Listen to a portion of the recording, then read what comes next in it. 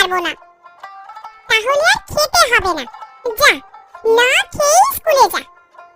তাহলে স্কুলেও যাব না। পেটে ভাত না থাকলে কি মুখ দিয়ে পড়া আসবে? ওরে হতভাগী, কথা বলার সময় চটাং চটাং কথা বলতে পারিস, আর পড়ার সময় তা আসে না। দাঁড়া, আজ তোর মজা দেখাচ্ছি।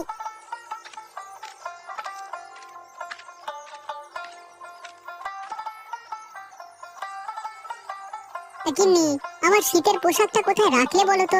আমি সারা ঘর খুঁজেও কোথাও পাচ্ছি না। খুঁজে পাবে কি করে? ওটা যে আমার হাতে, সেলাই করছিলাম। দাও দাও, তাড়াতাড়ি দাও, আমাকে এক্ষুনি কাজে যেতে হবে, দেরি গেলে মহাজন আবার কথা শোনাবে। কতবার বলেছি নতুন একটা শীতের কাপড় কেনো, তা কিনলে না। দেখছো তো এটা কত জায়গায় জোড়াতালি লেগেছে। ছেলে মেয়ে দুটোকে পোশাক কিনে না দিয়ে নিজে কিভাবে নিই বলো তো? তার উপর শীত শুরু হলেই বাদলের অসুখ শুরু হয়। ঘরে দুটো একটা পয়সা না থাকলে ডাক্তারের কাছে নিয়ে যাওয়াটা মুশকিল হয়ে যায়। এই যে কাজ হয়েছে, বাবার মুখ থেকে একটা কথা শুনেছে, এখন সেটা হাসি না করা অবধি ঘ্যান ঘ্যান করেই যাবে। এবার মহাজনের কাছ থেকে মাইনেটা পাই, দুই ভাই বোনকে শীতের পোশাক কিনে দেব। কি মজা, কি মজা, বাবা আমাদের শীতের পোশাক কিনে দেবে। বলেছিলাম না বাবা আমাদের কোনো কথা ফেলে না। দেখেছিস বাবা কত আদর করে। হ্যাঁ, এত করেও এখন মা তো আর ভালো থাকবে না, সবকিছু বাবাই দেয় কি না? বাবা মা দুজনেই ভালো, তাই না দিদি? হয়েছে হয়েছে, সময় নষ্ট না করে এখন খাওয়া শেষ করে স্কুলে যা। রাতে গরম ভাত আর কুমড়ো ফুলের বড়া করে দেবো। এই কুমড়ো ফুলের বড়া তো আমার খুব পছন্দের। দেখি মহাজনকে বলে তাড়াতাড়ি বাড়ি ফিরতে পারি কিনা।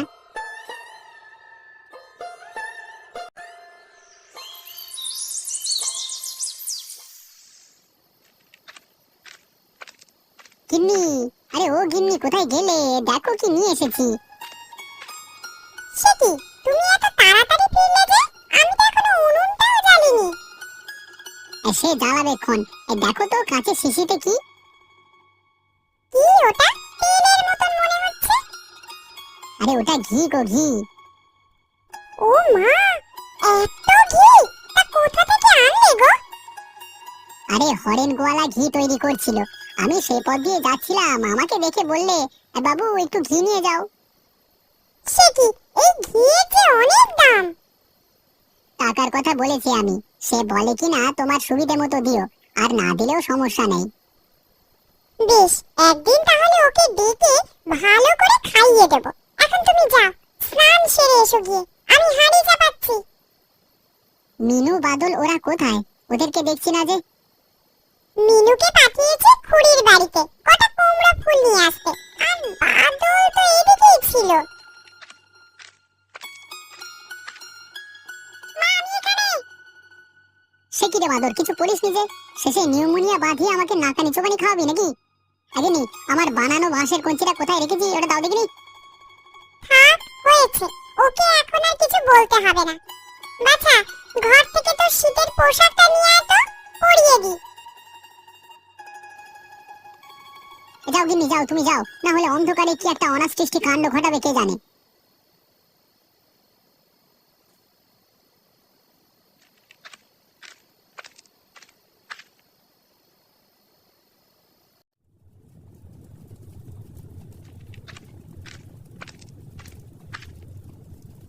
দাও তো গিন্নি, একটু আগুন দাও, এমন শীত পড়েছে যে ঘরের মধ্যেও টিকা থাকা দায়।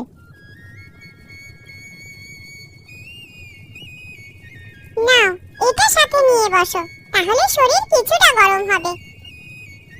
মিনু কোথায়? ও যে এলো না। নিশ্চয়ই খুড়িমায়ের সাথে গল্পে লেগে গেছে, সেই সন্ধ্যায় পাঠিয়েছি, এখনো আসার খবর নাই। খুড়ির কোনো কাজ করে দিচ্ছে হয়তো, এক্ষুনি চলে আসবে।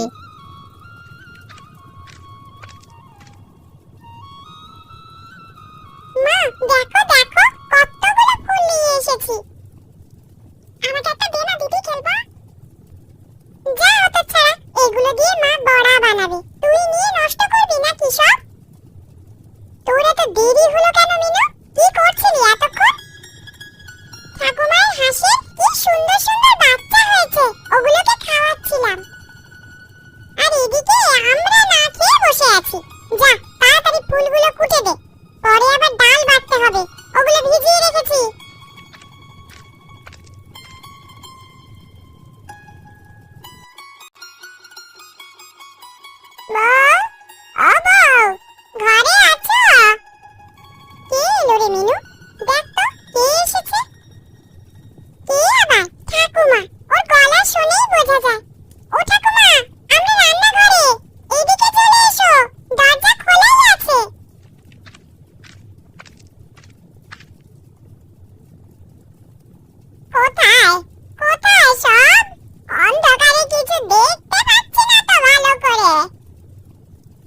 এসো খুড়ি, এদিকে এসে বসো।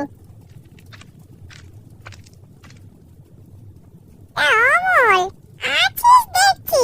মিনুর মুখে শুনলাম তোরা কুমড়ো ফুলের বড়া বানাচ্ছিস। তাই শুনে চলে এলাম। বুড়ো হয়েছি, এসব কি আর নিজে করে খেতে পারি? এসে ভালোই করেছো, তোমাকে রেখে খেতে আমাদেরও খারাপ লাগতো। তা একটা কথা বাবা, বাড়ির সামনে একটা পুকুর কাটিয়ে রেখেছিস। ওটার জন্য আসতে যেতে বড়ই অসুবিধা হয়। ওটা বাবা কাটিয়েছিল খুড়ি, ঘরের ভিটে তৈরির সময় মাটি নিয়েছি ও পুকুর কেটে।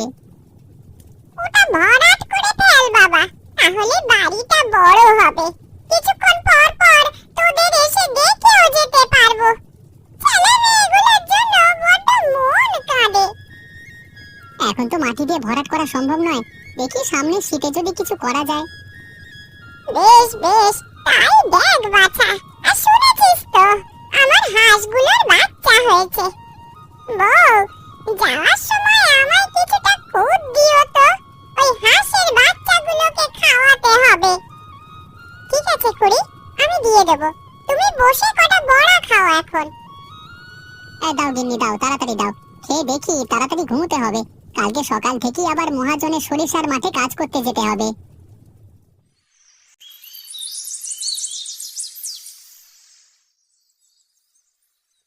বাবলু, বাবলু, এদিকে আয় তো।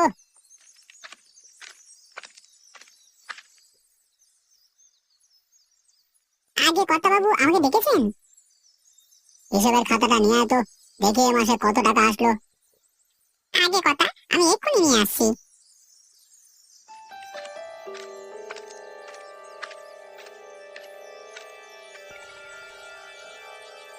এই নিন কথা, এই খাতায় সব হিসেবপত্র লেখা আছে। তা আমি জানি, এই খাতা আমি লিখি, গাধা। খরচ বড্ড বেড়ে গেছে এ মাসে। কি হলো কথা, খরচ কিসে ভালো আবার? সরিষা চাষের খরচ বেড়ে গেছে। সরিষা বোনা বাবদ 1000 টাকা খরচ হয়েছে। আগে 800 টাকায় সব হয়ে যেত। সবাই কাজের লোকের দোষ। ওরা তাড়াতাড়ি কাজ করলে তো এত দেরি হতো না, খরচও হতো না। তা বললে তো আর হচ্ছে না হে। ব্যবসা করে খাই, খরচের মধ্যে থেকেও লাভ তুলতে হবে। আমার মাথায় একটা বুদ্ধি এসেছে কর্তা, আপনি বরং কয়েকজন লোককে ছাঁটাই করে দিন। তা মন্দ বলনি, কিছু লোক ছাঁটাই করলে খরচ কমবে, ওদের সাহায্যটাও করা যাবে। কাকে কাকে করা যায় বলো তো? কাকে আবার? অমল আর হারু চাচাকে বিদায় করুন। অমল মাঝে মধ্যে দেরিতে কাজে আসে, আর হারু চাচা বৃদ্ধ হয়েছে, তেমন কোনো কাজে আসতে পারে না। বেশ, তুই যখন আমার বাড়ির খাস চাকর, তোর কথাই রইলো। আরে কাল থেকে ওদের বলে দিস কাজে না আসতে। আর অমলের এ মাসের মাইনেটাও কেটে রাখিস। ছেলের অসুখের সময় আমার কাছ থেকে 100 টাকা ধার নিয়েছিল, তার সুদে আসলে 200 টাকা হয়েছে। ঠিক আছে কর্তা বাবু, তাই করছি।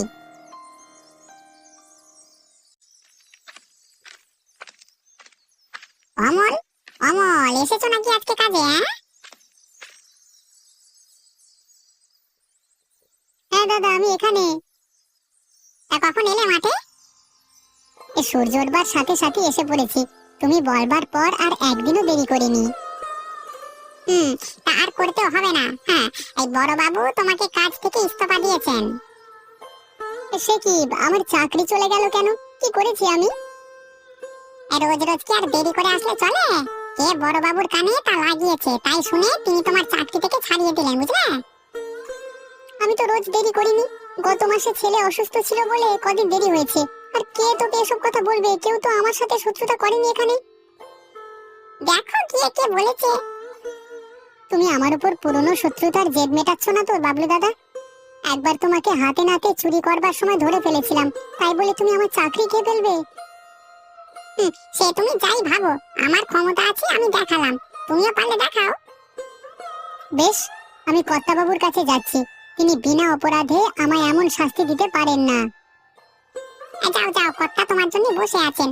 আমিও দেখবো তিনি তোমার কেমন বিচার করেন।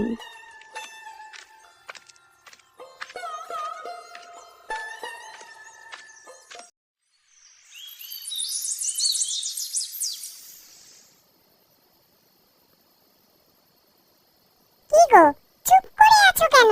কি হয়েছে বলো? কিছু হয়নি গিন্নি, কি বলবো তোমাকে। কিছু একটা তো হয়েছে। তুমি কাজ থেকে আসার পরই চুপ হয়ে আছো, তা আবার বাড়ি ফিরেছো আগে আগে। কি হয়েছে বলো তো আমায় খুলে। আমার কাজটা চলে গেছে গিন্নি, সে নিয়ে বড় দুশ্চিন্তায় আছি। কাজ চলে গেছে? কেন? কি করেছিলে তুমি?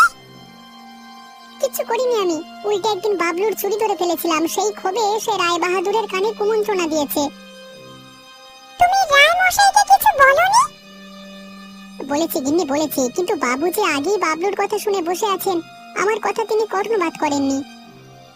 কি সর্বনাশের কথা! এখন কি হবে গো? কাজ না করলে যে ছেলে মেয়েগুলো না খেয়ে মরবে। কি আর হবে গিন্নি, এই শীতে নতুন কাজ পাওয়া সম্ভব না, কি যে করি এখন। বউ, ও বউ, বলি ঘরে আছো? ঘরে আছি খুড়ি, দাঁড়াও দরজা খুলে দিচ্ছি। তাড়াতাড়ি এসো, শীতে জমে যাচ্ছি মা। আর বাইরে একটা আলো দিলে তো পারো, গুটগুটে অন্ধকারে কি কিছু দেখা যায়? আলো দেবো কিভাবে বলো, ঘরে যে কেরোসিন নেই গো। তা আমার ঘর থেকে নিয়ে আসলেই তো পারতি বউ।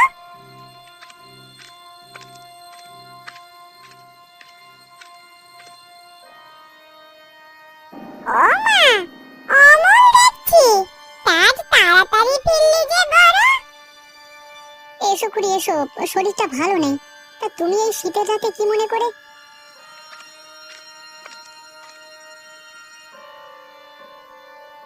দুটো ভাত খেতে এলাম বাবা, বড্ড শীত পড়েছে আজ।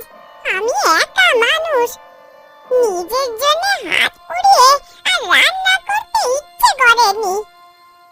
আমি তো বলি তোমায় নিত্য এসে খেয়ে যেতে, এই বয়সে কি রান্না বান্না করতে ইচ্ছে করে? কিন্তু কি করব বল, তোদেরও তো অভাবের সংসার, আমি আর চাপ দিতে চাই না। তা অমলের মুখখানি শুকিয়ে আছে কেন গো? কি হয়েছে ওর? কিছু হয়নি খুড়ি, একটু অসুস্থ লাগছে। এই অসুস্থতার লক্ষণ নয় বাছা, বুড়ি হয়েছে মানুষ দেখে দেখে। এই কুড়ির চোখকে ফাঁকি দিতে পারবি নে, তোকে চিন্তা রোগে ধরেছে। ঠিক বলেছো খুড়িমা, আমরা সবাই চিন্তিত। ও যে মহাজনের কাছে চাকরিটা করতো, সেটা চলে গেছে। ও, এই কথা? তা তো চিন্তা করছিস কেন বেটা? চাকরি গেলে নতুন চাকরি নিবি। সে চেষ্টাই করেছি দিনভর, কিন্তু কোনো ফল হয়নি। এই শীতের মৌসুমে কোনো মহাজন কাজ দিচ্ছে না। তাহলে তো ভাবনার বিষয়, কি করা যায় এখন? সেটা নিয়েই ভাবছি খুড়িমা। কাজ না থাকলে যে কাল থেকে ছেলে মেয়েগুলো না খেয়ে থাকবে। ভাবিস না লো বউ, এত ভাবিস না। আমার কাছে একটা বুদ্ধি আছে, সেই মতো কাজ করলে তোরা তোদের ভাগ্য ফেরাতে পারবি। কি বুদ্ধি খুড়িমা, কি বুদ্ধি বলো? তুই হাঁস মুরগির খামার দে বাছা, তাহলে সেগুলো দিয়ে ব্যবসা করে ধনী হতে পারবি। কিন্তু সেজন্য অনেক টাকা দরকার, জায়গা দরকার, আমার তা নেই। আরে সে উপায়ও আমি দেব। আমার ঘরে যে হাঁস মুরগিগুলো আছে, তাই দিয়েই খামারের কাজ শুরু কর। আস্তে আস্তে একদিন তা বড় হবে। কিন্তু খামার কোথায় দেব? ভিটেটা ছাড়া যে আশেপাশে আমাদের কোনো জায়গা জমি নেই। জায়গা জমি নেই তো কি হয়েছে, তোদের পুকুরটা তো আছে। পুকুর? ওটা দিয়ে কি হবে? আরে পুকুরের ঘাটের উপরে একটা বাঁশের ঘর বেঁধে নিবি, তারপর তাতে হাঁস আর মুরগি রাখবি। আর পুকুরে করবি মাছের চাষ, তাহলে হাঁস মুরগির বাড়তি খাবারে মাছও বড় হয়ে যাবে। বুদ্ধিটা তো বেশ, এইভাবে কাজ করলে তো আমাদের আর কোনো অভাব থাকবে না। আরে অমল, তুই কাল থেকে কাজ শুরু কর। দরকার হলে আমার বাঁশ ঝাড় থেকে গোটা বাঁশ কেটে নে। ঘরটা হয়ে গেলেই হাঁস মুরগিগুলো আমি দিয়ে যাব। ঠিক আছে খুড়িমা, তোমার কথায় আমি রাজি, তবে আমার একটা কথা তোমাকে রাখতে হবে। কি কথা বাছা? তোর কথা কি আমি না রেখে পারি? আজকে থেকে তুমি আমাদের বাড়িতে খাবে, আমাদের সাথেই থাকবে। সে কি করে হয় বাছা? এখন তোদের এই নুন আনতে পান্তা ফোরাচ্ছে। তোদের অবস্থার উন্নতি হোক, তারপর সে দেখা যাবে। না না, আপনাকে এখন থেকে আমাদের সাথেই থাকতে হবে। আপনি বৃদ্ধ মানুষ, আপনার পরামর্শ সব সময় আমাদেরকে উপকৃত করবে। বেশ, তা না হয় আসবো। এখন আমার খাবার দেবো, বড্ড খিদে পেয়েছে। আয় অমল, তুই আয় বাছা, পেট ভরে খা। না খেলে কাজ করবে কিভাবে? তোমার কথা শুনে আমার সব দুশ্চিন্তা কেটে গেছে খুড়ি। এখন আমার মনে আর কোনো ভয় নেই। গিন্নি, যাও যাও, তাড়াতাড়ি খাবার পরিবেশন করো গিয়ে। আমি মিনু আর বাদলকে নিয়ে আসছি।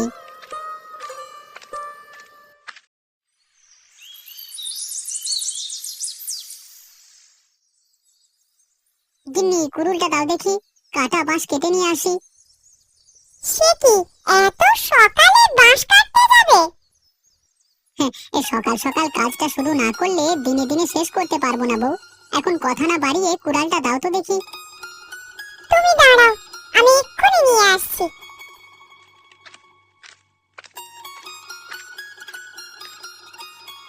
বাবা, ও বাবা, কোথায় যাচ্ছ তুমি? কিরে বাদল, জুতো পরিসনি? এই শীতে ঠান্ডা লাগাবি নাকি? কোথায় যাবে তুমি বাবা? আমিও যাবো তোমার সাথে। না না, তোর যাবার দরকার নেই। আমি রান্না করছি, খেয়ে স্কুলে যাবি। যাই না মা, একটা দিনই তো। আমরা সাথে গেলে বাবার কাছে সাহায্য করতে পারবো। কি আমার কাজের মেয়ে হয়েছে রে, যে কুটোটিও নাড়ে না, সে কিনা বাঁশ কাটতে বাবাকে সাহায্য করবে। বাবা, নিয়ে যাও না আমাদের, কতদিন তোমার সাথে কোথাও যাই না। বেশ, নেবুক্ষণ, জুতো পরে নে তাহলে। কিন্নি, তুমি রান্নাটা শেষ করে রেখো। হ্যাঁ, আমরা এসে খাওয়া দাওয়া করি, কাজে লেগে যাবো, ঠিক আছে? ঠিক আছে, যাও তবে, আর ওদের দেখে শুনে রেখো।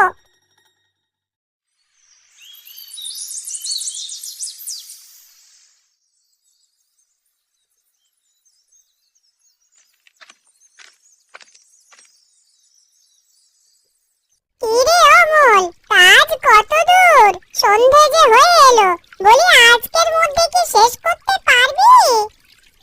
আমার কাজ প্রায় শেষ করি, এখন ঘরের নিচে চাটাইটা বিছিয়ে দিলেই হবে। বেশ বেশ, তাহলে তাড়াতাড়ি কর। আমি বরং দাদু ভাইদের নিয়ে ওই হাঁস মুরগিগুলো নিয়ে আসি। তাই যান, আমরা এদিকটা সামলে নিচ্ছি। মিনু, বাদল, মুরগির ছানাগুলোকে ভালোভাবে ধরে আনিস, পাছে ছুটে না যায় আবার। আনবো মা, চলো ঠাকুমা, হাঁস মুরগিগুলো নিয়ে আসি। কিন্নি, ধরো, ওরা আস্তে আস্তে আমরা মেঝের চাটাইগুলো বিছিয়ে দিই। তাই চলো। এই হয়ে গেছে আমাদের চাটাই বেছানো। এখন হাঁস মুরগিগুলো ছেড়ে দিলেই হবে।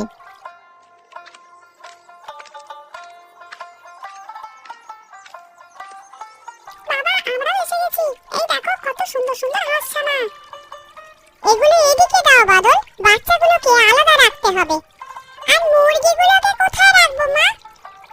ওগুলো ওই কোণায় রাখ, বাকিগুলো নিয়ে এনে একসাথে রাখা যাবে। ঠিক আছে, আমরা আরো নিয়ে আসি তবে।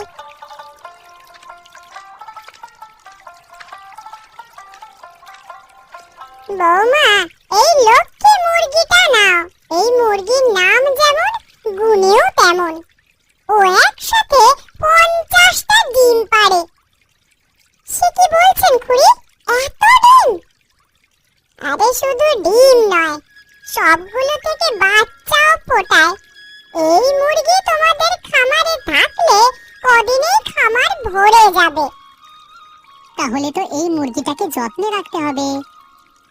হ্যাঁ, একে আদর যত্ন কর, এটাই একদিন তোর ভাগ্য ফেরাবে দেখিস। ঠিক আছে, এটা আমি রেখে দিচ্ছি। এবার হাত মুখ ধুয়ে সবাই ঘরে এসো, গরম গরম খাবার আছে, সবাই খেয়ে নাও।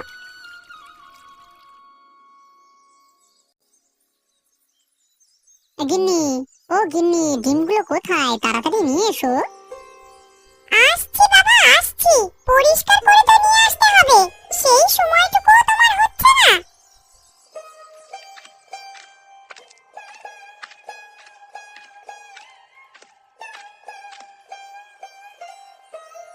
বলি সময় শেষ হয়ে গেলে কি আমি হাটে যাব?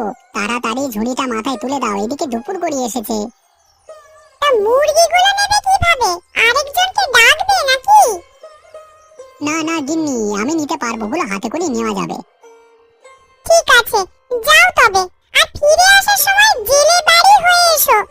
পুকুরের মাছগুলো বড় হয়েছে, ওগুলো তুলে বিক্রি করতে হবে। সে আমার মনে আছে। আর খুড়িমা কোথায়? তার জন্য কিছু আনতে হবে।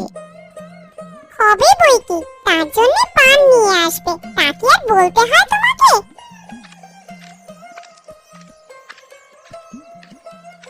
আমার জন্য পুঁতির মালা আর এক শিশি আলতা নিয়ে এসো বাবা। আনবো মা, তোরা বাড়িতে থাকিস আর মায়ের সাথে হাঁস মুরগিগুলো দেখাশোনা করিস। সে তোমায় বলতে হবে না গো, ওরা আছে বলেই তো এত বড় খামার আমি এক হাতে সামলাতে পারি। তুমি ভালোভাবে যেও, ডিমগুলো যেন না ভাঙে।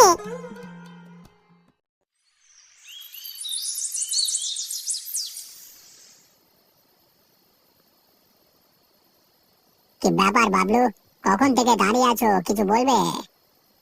আগে কথা, একটা সমস্যা হয়েছে। কি সমস্যা, কি হয়েছে? শ্রমিকেরা এই বেতনে কাজ করতে চাচ্ছে না, ওরা নাকি অন্য জায়গায় চলে যাবে।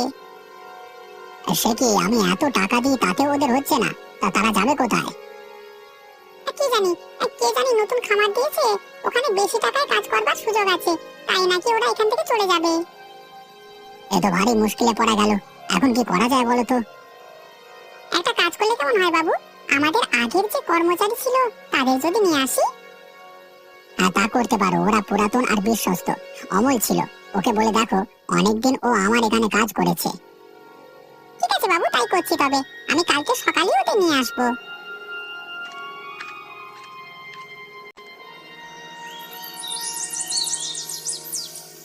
মিনু, বাদল কোথায় গেলি? হাঁসের খাবারগুলো নিয়ে আয়, ডিমগুলো তুলে ওদেরকে খাবার দিতে হবে রে। খাবার নিয়ে এসেছি বাবা, এক্ষুনি দিয়ে দিচ্ছি। যা যা, তাড়াতাড়ি যা, আগে ডিমগুলো তুলে নিস, না হলে হইচই করে ওগুলোকে ভেঙে ফেলবে।